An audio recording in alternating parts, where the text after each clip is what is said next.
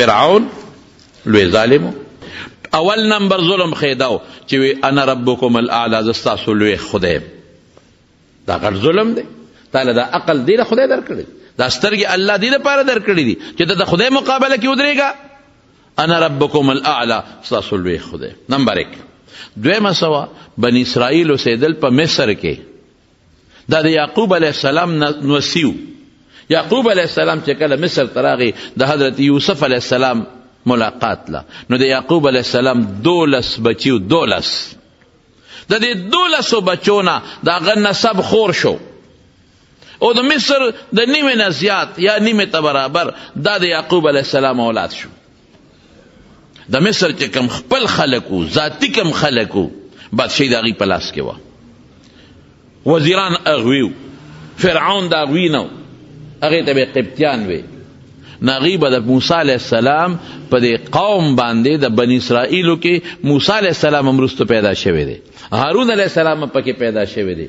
نو هغوی به په دوی ډېر زیات ظلمونه کول.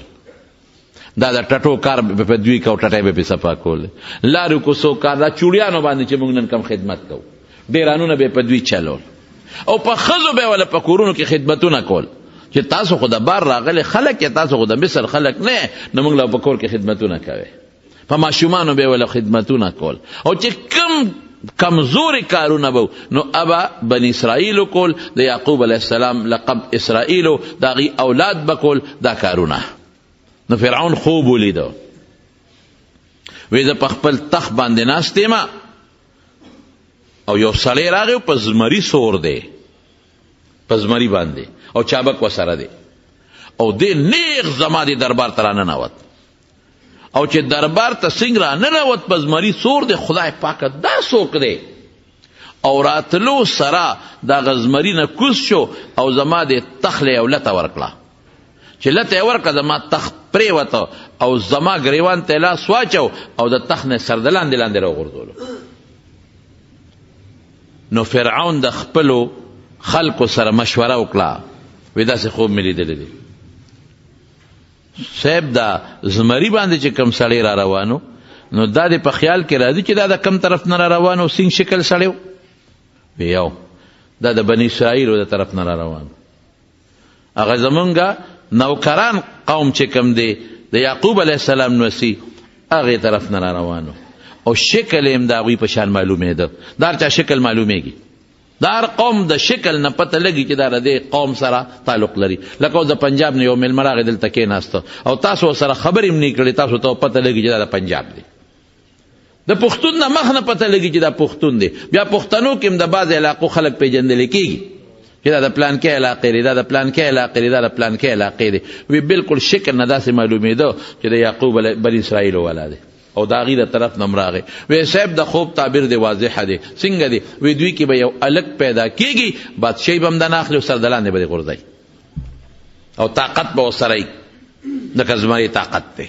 کونټی په لاس کې او چوکه په لاس کې نیول دا طاقت دی. او ستا دربار ته به نیغ راننوځي، تا کې به دونه جرأت نه چې دې منې کې، او نه به ستا نوکران منې کولی شي.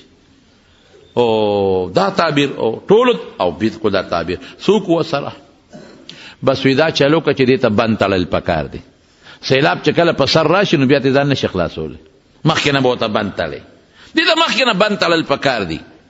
څنګه به بند تړو ورته؟ وی بس اډر کوه، او بني اسرائیلو کې چې څومره ماشومان پیدا کېږي دا مړه کوه، دا ختم کا، به دا هلک باړو پیدا نشي. یعنی دونه قمقلو، دومره بې وقوفانو چې رب العالمین د کوم څیز فیصله کړې وي هغې ته څوک بند تړلی شي؟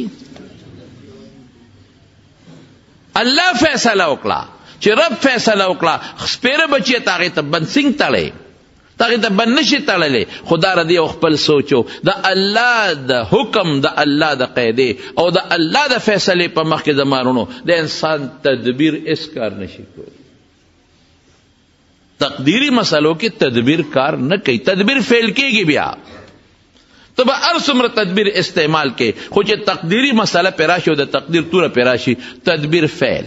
ته به بچې بوځې او ته به په هسپتال کې داخل کې چې دی به بچ شي، خو چې د مرګ توره د الله د طرف نه مقدره پې را پرېوځي، هغه تدبیر ختم. د ډاکټر په مخ کې به ته ساه خېږي، په اپریشن تیټر کې به ته ساه خیږي، اکسیجن به ورته لګېدلی او ساه به ته خیږي، د زړه مشین به ورته لګېدلی او ساه به ته خیږي. ولې؟ تا تدبیر وکړو، تدبیر د پاسه د چا توره راله؟ د الله د تقدیر. هیکې سم نه خیر و خلاص. نو سپیره دلته دوکه شو.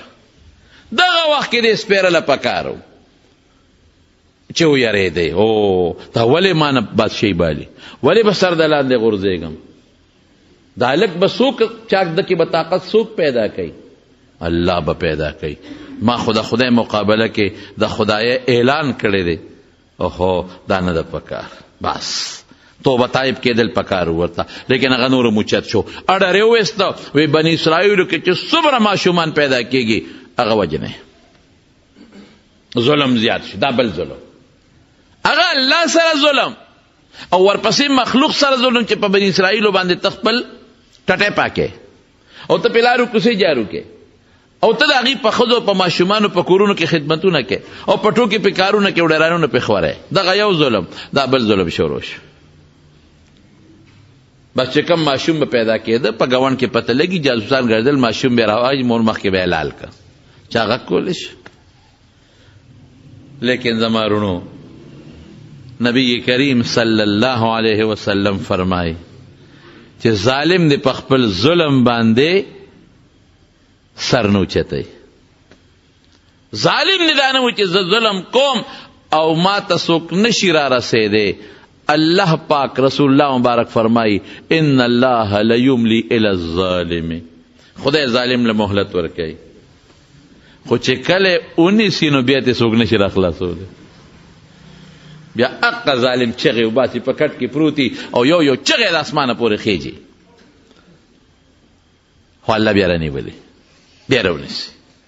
مګه خو نخرې کوي، کله یو ځای سوړه وباسي، کله بل ځای سوړه وباسي، کله جامې کرپوي، کله د خوراک شیله ورځي، خو چې کله د لټ هغه سیخ پې د پاسه راغی بس بیا یې سم نشته، خبره ختم. نو نبی علیہ السلام فرمایي زه نه وایم چې الله ظالم له مهلت ورکوي چې کله ونیسي بعد بیا نه پرېږدي او نه ته بیا څوک خلاصولی شي.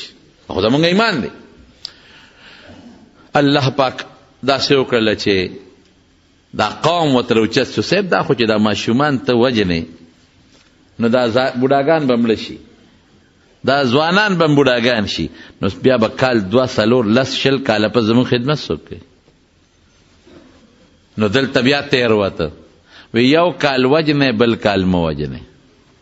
سپیره بچیا که په دا کم کال کې نه وجنې دی کې هغه پیدا شي څه به کې؟ نو چې په کم کال وي مه وجنې نو په هغه کال خدای حضرت هارون علیه السلام پیدا کړ، او په کم کال چې وجنې نو په هغه کال الله پاک حضرت موسی علیه السلام پیدا کړ. او چې څنګه موسی علیه السلام الله پیدا کړ نو اقا زینا اطلاع ورسېده پولیس ته چې دې کور کې ماشوم پیدا شوی دی. خلکو ته پته لګي چې پولیس والا سنګ په کور را دننه شو، الله دلته د موسی علیه السلام د مور نه عقل وتښتاو. بعضې وخت الله داسې کوي او لګیا د تنور اچوي. د موسی علیه السلام مور تنور اچولی دی او خشاک یې پکې اچولی دی او تنور کې اور بلیږي غرغنډه ده او دا بچی ورسره دلته په دا غیږ کې دی، موسی علیه السلام ورسره دا غیږ کې دی او تنور یې اچولی دی او دقه دی چې کارنده پرې رادننه شو، الله دماغ الټه کړل. بلکل د موسی علیه السلام په مور لیونتوب، لیونی خو نه پوهېږي، موسی علیه السلام یې تنور کې وغورځاو. اوس لیونی خو نه پوهېږي، دغه وخت په خدای جنون راوست. تنور کې چې وغورځاو هغې رالل ماشوم څه شو؟ اوس لیونی ده. ها ها ها ها څه وی خلکو ته تاسو خو مونږ په لیونی پسې راوستو، ټول کور یې ولټو ماشوم کم دی؟ ښځه خو پاګله ده، لیونی ده. بس هغې واپس لاړل. چې واپس لاړل د موسی علیه السلام د مور په دماغو کې واپس خدای عقل راوستو. او بچی مې څه شو؟ موسی علیه السلام تنور کې پروت دی او ګوته خوله کې بنډلې ده او د پیو په ځای غره وي او راوچته یې کړ. د مظلوم خدای مدد کوي چې راوچته یې کړه. اوس خو پته ولګېده چې دا خو ما نه پرېږدي. اوس بیا راځي الله پاک وتعالی کې واچوي، صندوق جوړ کړه، صندوق یې جوړ او په صندوق کې دا بچی ور واچوه، ور ویچو او بند یې کا او دریاب ته ورولله، دریای نیل ته ورغورځو. او لور ته وی بچې ځه ورپسې، رو رو ورپسې ځه چې پته ولګي چې د صندوق کم خوا ځي. ماشوم صندوق کې پروت دی. اوس چې الله پاک د چا د جون فیصله کړي، قسم په خدای که څوک د سه وباسي، او چې د چا د مرګ فیصله الله کړي بانه ورته جوړېږي. صندوق رو رو چپه وړي وړي وړي وړي د فرعون دا محل د دریاب په غاړه، او د دې دریاب نه یو وله د محل ته دننه تلې وه. نو جبریل علیه السلام وله رو رو دیکه ورکوي ورکوي ورکوي، هغه ولې ته یې وله جوړ کړه. په هغه وله کې دننه لاړ. هلته د فرعون زنانه او وینځې او جنکې راغلي دي، هغوی دغه چمن کې د لختی په غاړه د هغه ولې په غاړه لګیا دي، یا لامبي یا لوبې کوي. صندوق ورغی، یو څانګه ښکته وه، هغې سره ونښته. او دا صندوق کې څه دي چې روچت یې که او صندوق یې کلو که خشته ماشوم پکې پروت دی. عقل څه وایي؟ اوهو دلته عقل جدا مسله راله. اوهو خدایا د دشمن کور ته ورغی. کوم دشمن نه چې کور یریدو کور له وله ماشوم لاړ. اوس به څه کېږي؟ خو چې بی بی آسیې سینګ کو لو کو ماشوم یې روچت کو سینې پورې ونیوه، بس اتفاقی رب د بی بی آسیې په زړه کې د موسی علیه السلام سره مینه واچوله. چې فرعون راغی، یو خبره درته کوم خو ګورې زما به منې. او فرعون په دې عاشق و. څه به وایې؟ وایه څه به؟ یو ماشوم مې مونتی دی، دقه صندوق راوړه او زما ډېر خوښ دی، قرة عین لی ولک، ستا دپاره به هم د سترګو ټنډک وي او ته به هم پې خوشحاله او زه به هم پې خوشحاله یم. کوم دی؟ دا دی. وی ستا دپاره به خو ما دپاره نه دی. علما وایي وی که فرعون داسې ویلي چې او دا ماشوم به ستا دپاره هم د خوشحالۍ ذریعه او ما دپاره به هم د خوشحالۍ ذریعه، ممکن ده چې الله فرعون ته ایمان نصیب کړی وي او دې له هم خدای جنت ته رسولی وي لکه د بیبي آسیې په شان دی. وایي تا له به ما له به نی، نه نه نه آسیې نه پرېږدم، هسې نه دا هغه ماشوم نی. وی ګوره دا خو زما غېږ له راغی، ما سره به لوی شي، ستا غېږ کې به لوبې کوي، ستا بچې به نو څنګه به ستا دشمن شي؟ تا نه به څنګه بادشاهي والي؟ هغه لته خبره پرېوته او هغه موسی الله د دشمن په کور کې لوی که او د چا پی نه اخېستل چې چا به هم سینې ته اچو پی نه اخېستل. هغه خور ورسره ده خو پېژنې ځان خو نه ښیي ورته. یاره وایي زمونږ یو بني اسرائیلو کې یو ښځه پی ډېر خواږه دي، کم ماشوم چې سینې ته واچوي نو هغه سینې هر ماشوم اخلي. وی ته ورشه راوله ورپسې. دا چې لاړه مور ته وی مورې هغه ماشوم خو د فرعون کور ته ورسېد، زما رور خو د چا سینه نه دي او جاړي.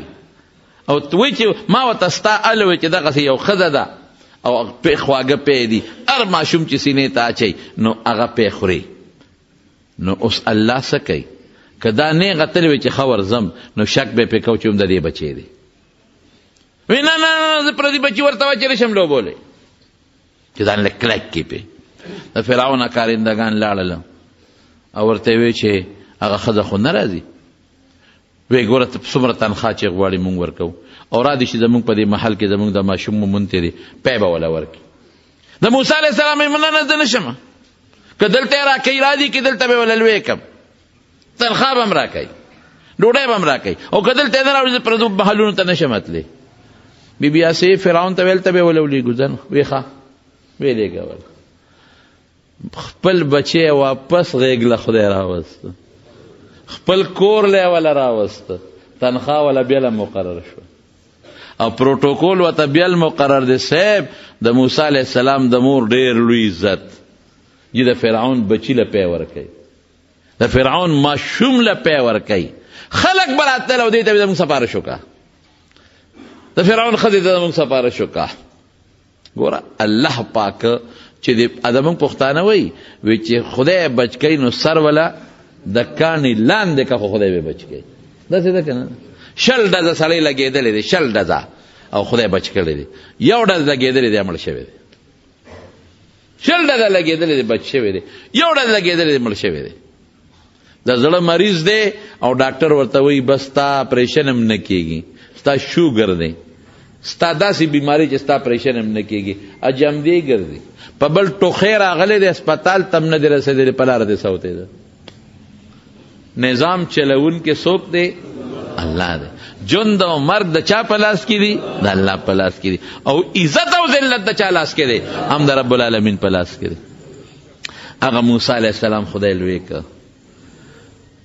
او هغه فرعون ظالم خدای هلاک که او څنګه یې هلاک که موسی علیه السلام خو خیر قصه اوږده ده هغه ټوله قصه درته نه ویم هغه لوی شو لوی شو لوی شو لوی شو لوی شو لوی شو لوی شو او بیا لړ د شعیب علیه السلام علاقې ته د هغه کار به داسې و چې فرعون پې پوهېدر وستر وده چې دا هلک معلومیږي هغه به کار داسې کو چې فرعون پوهېده هوښیار و چې دا هلک معلومیږي نو بار راوتی دی دوه کسه په جګړه دي یو د موسی علیه السلام قومي دی یو د فرعون قومي دی نو اپې غټ پنډې تړلې دي د موسی علیه السلام دی قومي ته وي دا را سره یو څه د فرعون قومي ورته وایي وی دا خو نشم وړی دی کې موسی علیه السلام راغی ای موسی راشه دا سړی په ما ظلم کوي هغه ویل لکه ولې پې ظلم کوي دی د وړي شي چې تی پې وړی وی هو دی به وړي دا زموږ نوکران دي هغه ویل لکه سم شه ظلم مه کوه وی نه نه به په ده خامخا وړم موسی علیه السلام بیچ بچاو کو چې دا شی پې یو نسي هغه موسی علیه السلام سره ګرم شو ته خو هم د ده قومې بچ موسی علیه السلام سوکو چت که خو چې د مرحله د شاله ولا راو براو کنه نو لاندې را پریوتو ساتي وته خو د موسی علیه السلام سوکو اوسم پښتو کې خلک ویل کا وی د بشیر جان لته نه د موسی علیه السلام سوک ته وي چې سوکي ورک بس سړی پزماکه پریوتو خرړې مړ شو او سار لا خو پتاونه لګي د غرمه وړو سوکونه یو موسی علیه السلام خبر دی الله خبر دی یو هغه سړی خبر دی او سار له دغه الک بل چا سره په جګړه دی بیا موسی علیه السلام په لاره تېرېده وی راشه کنه دا سړی په ما ظلم کوي موسی علیه السلام ته تا خدای خلاق کا پرون هم دی او سره جګړه کوله او نن بل سره جګړه شروع کړې ده اوس بل لا باندې وجنې خبره خو بیچ بچاو چې خو هغه هلک پوه شو چې هغه پرون هم ده وجلی دی هغه لاړ فرعون دربار ته وی صاحب هم هغه هلک دی که نه پرون چې کوم سړی وجلی دی ده وجلی دی ما خو هر څه ولیدل بس موسی علیه السلام ته یو نیک سړی په مجلس کې راغی ویښ پې وباسه وطن نه ځه ستا متعلق فیصله وشوه چې دې مړ کوو دا همغه هلک معلومیږي نو موسی علیه السلام لړ مدین ته پیاده لاړ ډېر مزل یې وکړ ډېر مزل او چې مدین ته ورسېده نو ستړی ستومانه دی غریب او هلته یو کوی دی کوی باندې خلک خپل اوبه راوباسي او څاروي سیراب کوي او دی یو غاړې ته پرېوته سر ته څادر یا تیږه کېښوده او الله ته یې لاس اوچت کړه رب انی لما انزلت الی من خیر فقیر خدای زه ستا خیر ته محتاج یم خیر به ته نازلې او الله ستا خیر ته زه محتاج یم او واقعي چې د هر چا نه دې نه پوره شي نو بیا به چا ته چغې وی الله ته او الله بیا په بنده مهربانه دی زه شکر دی چې د الله شته چې موږ ته چغه ووه مظلوم باندې که ډېر هم ظلم وشي نو دی به چا ته چغه وی الله ته او رسول الله مبارک فرمایي حدیث کې راځي نبی کریم صلی الله علیه وسلم فرمایي چې د مظلوم د آه نه او د فریاد نه د خدای په دربار کې زر رسیدونکی شی بل نشته دا ډېر زر رسي او د مظلوم آه رسول الله مبارک فرمایي دې ته د اسمان دروازې ډېرې زر کولاویږي او دا آه چې الله ته ورسیږي نو رب العالمین څه وایي اے مظلومه لانصرنک ولو بعد حین مدد بده کوم لک سات پس تینی خو مدد بده کوم زه مدد پس بی او مدد بده کوم الله مدد تا اوس ګوره ظالم تم ګوره مظلوم تم ګوره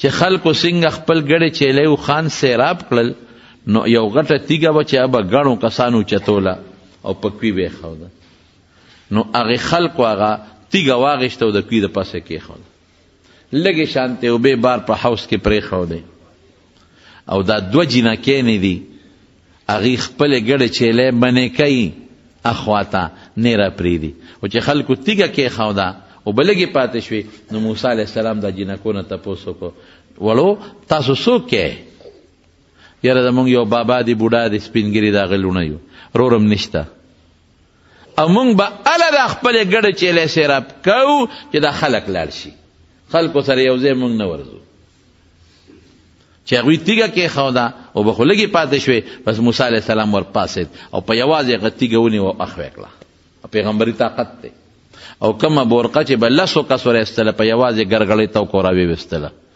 او جینکوله هغه ګډې چیلې سیراب کړې جینکې لاړې او موسی علیه السلام بیا سر ولګاو او الله ته محتاج چې خدای دا به څه کوو ډېر لرې راغلم شپه به کم ځای تېرو دا به څه کېږي جینکې لاړې پلار ته وایي دا د شعیب علیه السلام لوڼه وی بابا داسې یو هلک دی او بې کسه بې څوکه معلومېږي هېڅ نشته او جامې هم د سفر دی او بابا ډېر مضبوط تکړه دی وی ورشه واس کې وت نه یو پسې راله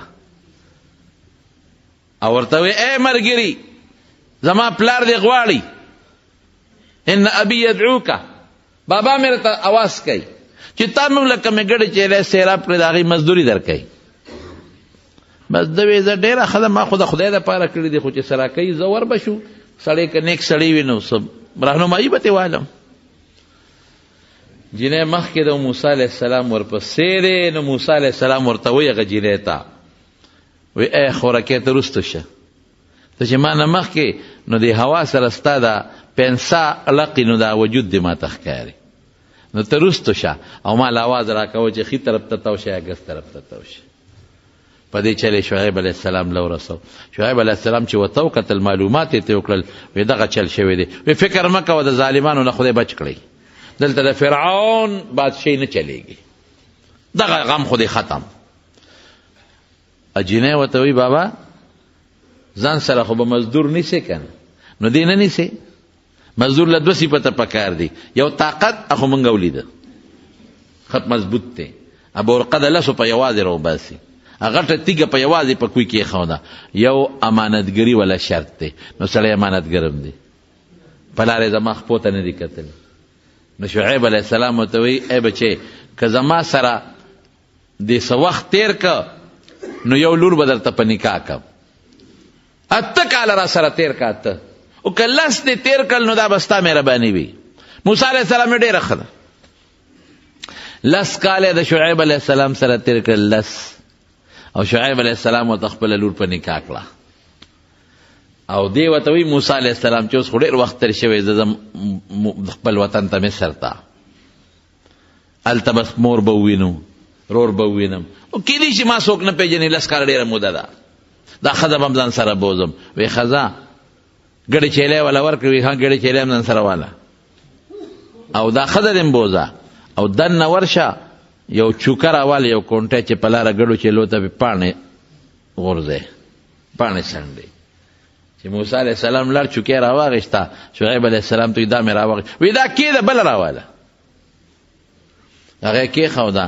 بله یې راواغېسته چې څنګه شعیب علیه السلام د راغی بیا هغه کونټی وه نیکبخته زه راته ویم چې دا کېده بله راواله یې کېښوده بله یې راواغېسته هلته 4-5 شپږ کونټۍ پرتې وي چې کومې له به بلې له ګوتې وړه بیا به هغه لاس کې راتله شعیب علیه السلام ته زه بچې دا دې په قسمت ته دا هغه کونټۍ ده چې حضرت آدم علیه السلام د جنت نه 10 څیزه ځان سره راوړي یو پکې دا وه زه دا ستا نصیب کېده ځه وړه په لاره وله خدای بچې م ورکړه موسی علیه السلام په کوه تور په غاړه کې او رب العالمین ورته پیغمبري م ورکړه او چې کله د ښځې بچی کېږي شپه ده او تیاره ده او زلزل دی نو دغه وخت کې زنانه ته د ګرمو ضرورت وي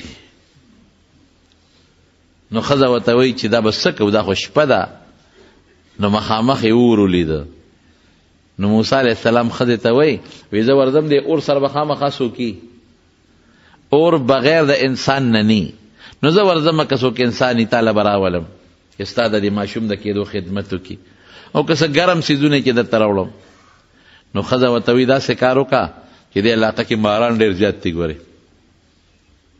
نو یو خو سپلی په خپو کا او بل دا کونټی لاس کې واله. نو موسی علیه السلام یې ډېره ښه ده.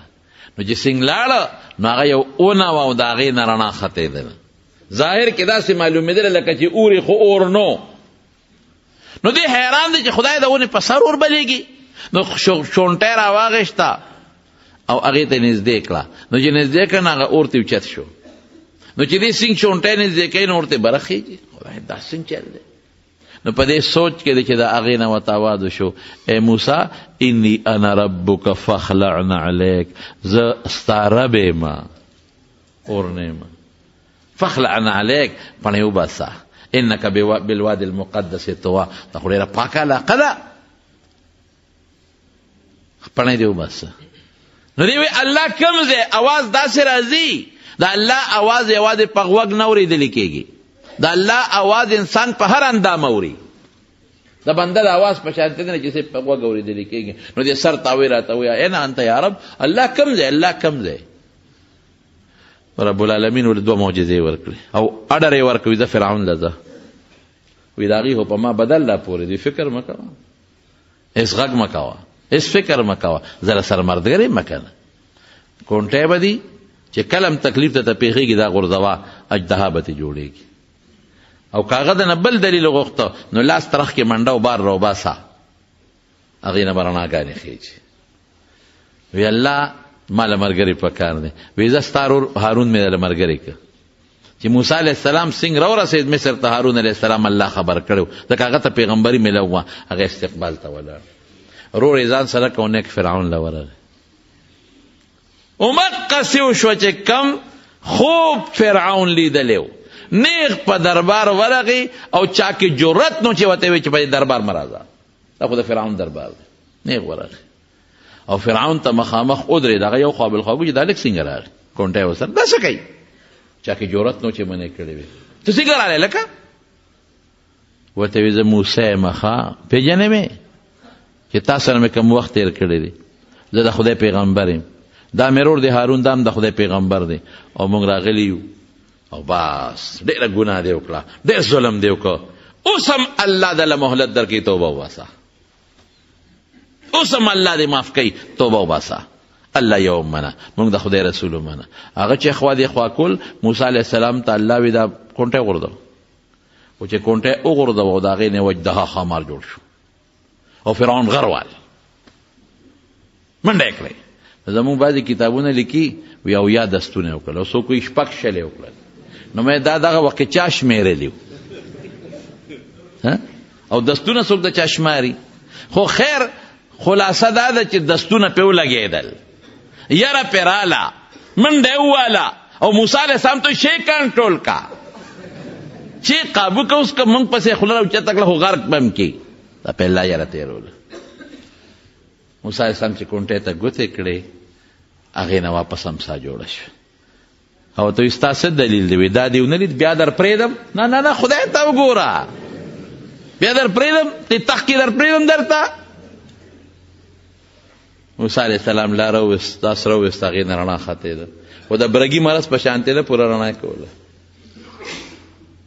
اسه وایي وي ته خو جادوګر یې، جادوګر دله راغونډوم، که تا وګټله ته به په حق یې، که هغې وګټله موږ به په حقه یو. ډېره ښه. یعنې داسې په موسی علیه السلام د هغه کونټۍ یره تېره شوه چې نه هغه پولیس ته څه ویلی شو نه فوج ته څه ویلی شو، غږ یې نه شو کولی. هر شي سره به ګزاره وکړي، خو چې چا سره کونټۍ وي او د هغې نه مار جوړېږي والله که ورسره ګزاره وکړي. معمولي غوندې داسې یو جټکه وله یو څه پله به منډه وایي. جادوګر یې راغونډ کړل، د اختر ورځ ده. جادوګرو لاول د موسی علیه السلام سره خپله خبره وکړه چې که موږ وکړلو څه به انعام به م در کوم، تنخوا پیسې م در کوم او تاسو به ټول د قومي اسمبلۍ او د سینټ ممبران به یې او د صوبایي اسمبلۍ ممبران به یې، غټ غټ ممبران به یې، دنه غټ غټ ممبران جوړوم. دا اوس چې کوم ستا د صوبې او د قومي ممبران دي اوس بولي لګېدلې ده ښه. یو د صوبې اسمبلۍ ممبر په شپږ کروړه او په 88 کروړه خرڅېږي. ګډان او چیلي دي، ګډان او چیلي چې څنګه خرڅېږي. افسوس افسوس خفه کېږئ ما. مونږ هغه خلک سملو ته لېږلی دي، هغه خلک چې نن هغه لکه د حیوانانو په شان خرڅېږي. دا زموږ مشران دي. زه افسوس کې کله پروزم، یو وی هغه غل دی، بل وی دا بل غل دی، نه پوهېږو چې ساس پکې څوک دی. سپریم کورټ وی ته غلې کوزېږه، ابل غل دی کوزېږه. های کورټ وی نه دا نه دی، ابل غل دی. دا زموږ مشران دي. د خلکو له موږ وټونه ورکوو. دا به زموږ د قوم مشران جوړېږي. نن بولي لګېدلې ده، ایم پی اګان به خرڅېږي. او 8 کروڑ روپو ته پرون ما ته چا وی چې 8 کروڑ روپو ته ممبر قیمت ورسېد. نه دا خو ډېر لوی مضبوطه تی دی، دومره قیمت خو د بل چا نشته، دومره پیسو باندې خرڅېږي. د کم قوم ممبر به خرڅېږي؟ دغه قوم به دقه سپیرله دغه خنزیر له وټ ورکړي چې کم خنزیر تا نه وټ واغېست او جومات په جومات او کوټه په کوټه وګرځېد او دی بیا خپل وټ خرڅوي او ځان خرڅوي. بهر کې دا پکې ځان نه مسله ده. خو خبره مې دې پورې کوله، دا سوال خو به د خدای نه کوو که نه، چې خدایا ممکن خپله یره پیدا کړي چې مونږ هر وختانه یریږو، او خدای زمونږ د دې وطن مشران هم هغه جوړ کړي چې د هغوی په زړه کې ستا یری، بس چې ستا یری پړه کینی که نه، او صرف زمونږ د خرڅولو دپاره دی. نو خدای داسې مه مقرروي. بهر کې زما وروڼو جادوګر یې راغونډ کړل، د اختر ورځ د میله د جادوګرو پړي راوړل او امساګانې راوړل، په میدان یې وغورځول او دومره ماران ته جوړ شو، دومره ماران چې حضرت موسی علیه السلام باندې یره راله. او قرآن وی وجاءوا بسحر عظیم، ډېر لوی سحر یې جوړ کړ، ډېر لوی سحر. موسی علیه السلام یره چې خدای پاکه دا خو په سوونو نه دي، په زرګونو باران دي، که د ما کونټۍ نه جوړي او دین جوړ کړل او دا خو ډېر دی. الله یې مه یېرېږه، ورغورځوه کونټۍ.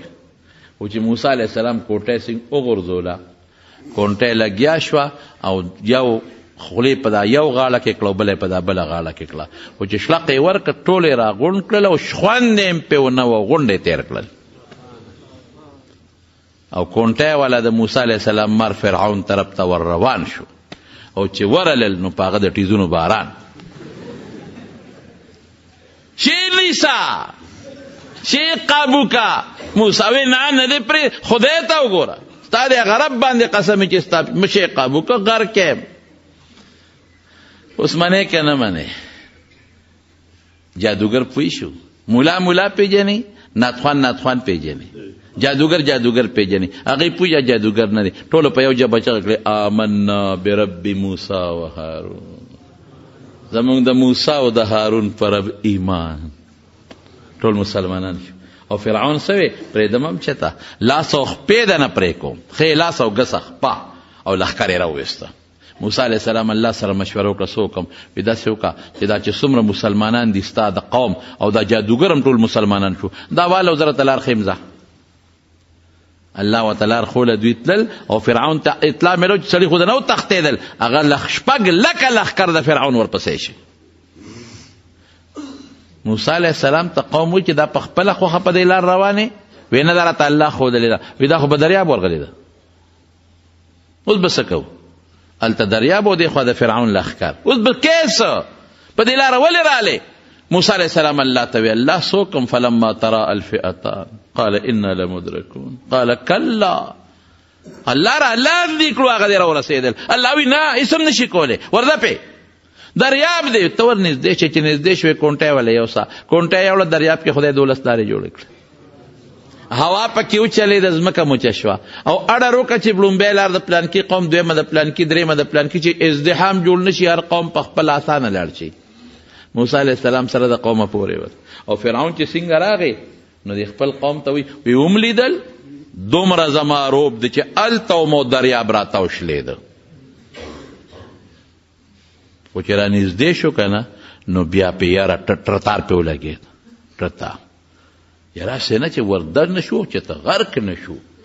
رسول الله مبارک فرمایي وی جبریل علیه السلام راته وی چې اس پې اخوا دې خوا کول، اس په مې وله د قیزې نه ونیولو، کړس پې ورکړه، را دننه مې کړه، او ټول قوم ورپسې په هغه لارو را دننه شو. او چې سنگ د دریاب دی میانسته شو موسی علیه السلام اوته بیا ولا کونټه یوسه چې کونټه یوله دریاب په وجنګېد 6 لکه فوج فرعون ټول خدای غرق کړل تباه شو.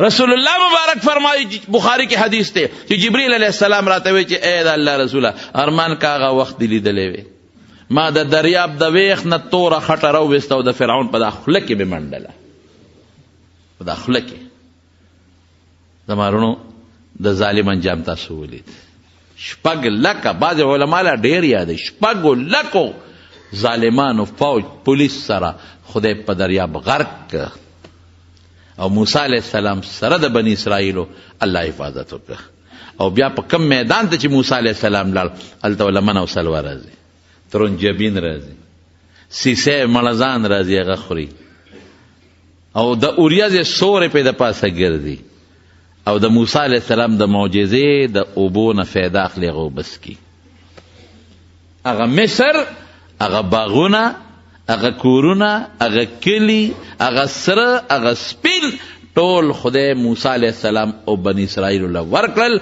او فرعون د هغه قوم خدای هلاک او تباه کړ.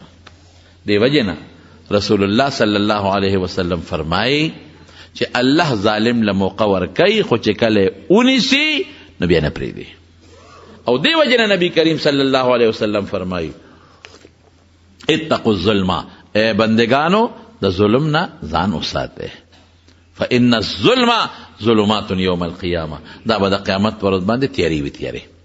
بهر کې دې کې څه بعضې خبرې پاتې شوې که موقع وي انشاءالله آینده جمعه به هم پې وپوټې لږوندې خبرې وکړو خو صرف دومره خبره تاسو په مخ کې ږدم چې د ظلم نه به ځان ساتو مخلوق خدا باندې ظلم به نه کوو او د خدای نه به دا یو سوال کوه چې الله ممو ظالمان که ممو مظلومان که ظالم شوی بیا تبعی ده که مظلوم شوی نو بیا تبعی ده. دا سوال نبی علیہ السلام هم غوښتی دی دا به مونږ هم غواړو او د ظلم په مقصد مې پوه کړی څه ته وایي چې کم اندام کم سیز الله کم څه له پیدا کړی دی هغې کې به استعماله د هغې نه علاوه که د بل سیز کې استعمال کو دې ته ظلم ویلې کېږي. نو نور به انشاءالله آینده جمعه کې که الله مقرره کړه بیان به وکړو. رب العالمین ته مو د ظلم نه وساتې خدای مو ظالمان کې مو مظلومان کې الله ته مو د مخلوق د شر نه وساتې او مخلوق زمونږ د شر نه وساتې الله مو د بیمارو نه وساتې خدای که څوک بیماران دي ته وله شفا ورکړي الله روغ صحتونه وله ورکړي او چې کوم مردگان دي الله ته مغفرت نصیب کړي.